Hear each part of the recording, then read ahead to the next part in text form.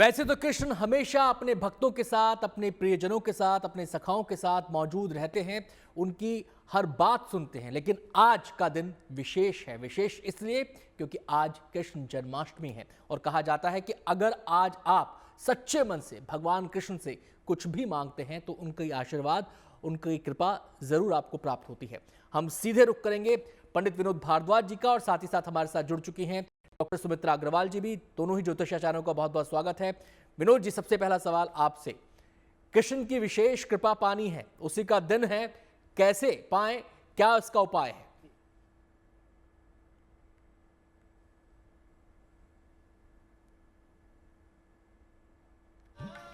विनोद जी, आवाज मिल रही है आपको? देखिए, कृष्णाय वासुदेवाय देवकी नंदनाय च। जी, मुझे पूरी आवाज मिल रही है। मैं आपके प्रश्न को अच्छी तरह से समझ पा रहा हूं अनंत जी। जी। सबसे पहले तो कृष्ण जन्माष्टमी की आपको तथा अपने पूरे दर्शकों को हार्दिक शुभकामनाएं। देखिए, नंद नंदन गोपाल निश्चित रूप से मनोहारक हैं, संसार के कष्टों को दूर करने वाले हैं।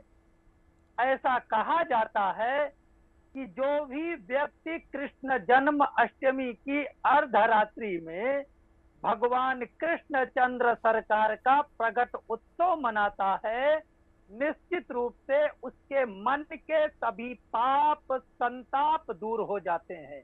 अनंत जी, सबसे प्रमुख जो जीवन में दिक्कत जो आती है, मन से आती है। जी। यदि मन अच्छा है, मन चैतन्य है, मन शुद्ध है और मन के कोई दोष नहीं है, तो ऐसा कहा जाता है कि जीवन के समस्त कार्य अपने आप सिद्ध हो जाते हैं। तो क्योंकि कृष्ण चंद्र सरकार है, अर्थात चंद्र वंश से है, तो यदि मन के पाप संताप को दूर करना है, तो चाहे कोई पूजा करे, चाहे पूजा ना करें, चाहे व्रत करें, चाहे व्रत ना करें, ठीक आज के दिन अर्धरात्रि में कृष्णचंद्र का प्रकट उत्सव मनाते हुए प्रेम पूर्वक श्री कृष्ण गोविंद हरे मुरारी, हे नाथ नारायण वासुदेवा, श्री कृष्ण ऐसा गाते हुए मस्त भाव से यदि कृष्ण की भक्ति की जाए तो मन, मस्तिष्क, शरीर, कार्य, व्यापार और आपका गृहस्थ शुद्ध हो जाता है। आता हूं पंडित जी आपके पास, मैं सीधे सुमित्रा जी का यहां पर रुख करूंगा। सुमित्रा जी, पंडित जी ने कहा कि भाव प्रधान है और उस भाव के अंदर अगर आप कृष्ण की पूजा करते हैं, कृष्ण का ध्यान करते हैं, तो आपकी समस्त मनोकामनाएं वैसे ही पूर्ण हो जाएंगी। लेकिन जब हम पूजा करते हैं, जब हम व्रत करते हैं, तो उसका एक निश्चित विधि विधान भी होता है। अब व्रत भी दो है, एक सामान्य है, एक संकल्प के साथ है। तो अगर हम इन दोनों बातों को समझें तो जिन्होंने सामान्य व्रत धारण किया है उनको किस तरीके से अपने आराध्य को खुश करना है, कैसे उसकी आराधना करनी है, और जिन्होंने संकल्प के साथ किया है उनका विधि विधान क्या होगा? बहुत अच्छा सवाल। मैं आपसे बताना चाहूंगी, जितने भी लोग व्रत करते हैं या तो वो संकल्प के साथ करते हैं या बिना संकल्प के करते हैं, कोई निर्जला करते हैं और कुछ लोग कुछ थोड़ा बहुत आहार लेके करते हैं। जितने भी लोग व्रत कर रहे हैं सभी के लिए सबसे महत्वपूर्ण बात है कि आज रात 11:56 से लेकर 12:42 के बीच में उन्हें पूजा करनी है। जो पूजा करने की विधि है उसमें 16 विधान बताए गए हैं। 16 विधान में से जैसे होता है, सबसे पहले हम भगवान का आवाहन कर ध्यान करते हैं, आवाहन करते हैं, 5 फूल उन पे चढ़ाते हैं, फिर 4-5 तरीके से हम जल चढ़ाते हैं, पहले पैर में, फिर सिर में, फिर शरीर में।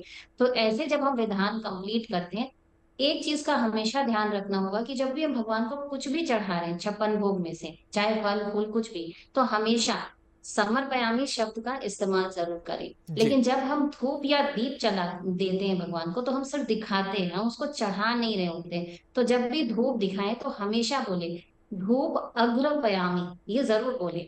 और जब आप दीप दिखाते हैं तो बोलिए दीप दर्शयामी, ये बोले। जब इतनी चीजें आपने कंप्लीट कर ली, चढ़ाने की सारी चीजें चढ़ा ली, तब प्रदक्षिणा करें। प्रदक्षिणा जब करें तो प्रदक्षिणा समर्पयामी जरूर बोले। इसके बाद नमस्कार समर्पयामी, अंत में भगवान से क्षमा प्रार्थना जरूर करें, क्योंकि भगवान तो प्यार के प्रतीक हैं और हमने देखा है गरीबों का भी ध्यान रखते हैं, पुअर जो उनके दोस्त थे सुदामा उनका भी ध्यान रखा। तो किसी भी गरीब व्यक्ति को आहत ना करे, तुलसी का पौधा या तुलसी का पत्ता आज ना तोड़े, किसी भी पेड़ को ना काटे, और गाय की अगर आज आपने कोई सेवा नहीं की तो जी, गाय की सेवा जरूर करे। अंत में श्री कृष्ण भगवान को बोले कृष्ण समर्पयामि, आता हूं जरूर बोले। सुमित्रा जी आपके पास। ये तो बात हुई भक्ति की, विधि विधान की और भाव की, जिसका जिक्र हमारे मेहमानों ने हमारे साथ किया। पंडित जी, एक बात लगातार 6 और 7 की बात लगातार हुई कि 6 को भी जन्माष्टमी मनाई लोगों ने और 7 को भी लोग मना रहे हैं, लेकिन लोगों के जहन में ये सवाल आ रहा है कि मथुरा के अंदर विशेष तौर पर, जो कि जन्मभूमि है कृष्ण की, वहां पर 7 तारीख को जन्माष्टमी का उत्सव मनाया जा रहा है। इसकी क्या वजह है? देखिए, जो अनंत जी आपने मेरे मन का प्रश्न पूछ लिया है और इस पे थोड़ा सा समय दीजिएगा। जी, ये बहुत आवश्यक है क्योंकि बार बार 2 दिन त्योहार आ जाता है, तो इसका निर्णय क्या है और क्यों 7 को जन्माष्टमी थी या 6 को है, इसको मैं आपको क्लियर करना चाहता हूं और आपके माध्यम से हम अपने दर्शकों को भी समझाना चाहते हैं। देखिए, हम कृष्ण जन्म अष्टमी का व्रत करते हैं तो केवल अष्टमी का करते हैं, जी, रोहिणी का नहीं करते हैं, बुधवार का नहीं करते हैं। काल चक्र गणना के अनुसार केवल सूर्य सिद्धांत से ही किसी तारीख की गणना होती है, जो कि हमारे पंचांगों में लिखा गया है। सूर्योदय के समय यदि 3 घड़ी तक कोई तिथि भोग करती है तो वह पूरे दिन और पूरी रात्रि मान्य हो जाती है।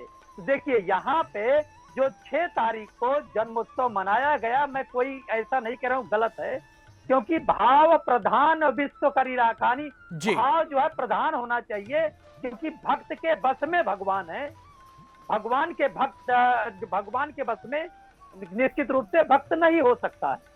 लेकिन यहाँ अगर हम शास्त्र मत की बात करते हैं तो अगर सूर्य सिद्धांत को लेंगे जी, तो कोई भी व्रत 2 दिन का कभी हो ही नहीं सकता है, क्योंकि आज सूर्योदय के समय 3 घड़ी से अधिक अष्टमी थी और हम भगवान कृष्ण का बहुत सारे लोग ऐसा करें भाई रोहिणी है, बुधवार है, सब कुछ तो मिल रहा है, ऐसा नहीं है।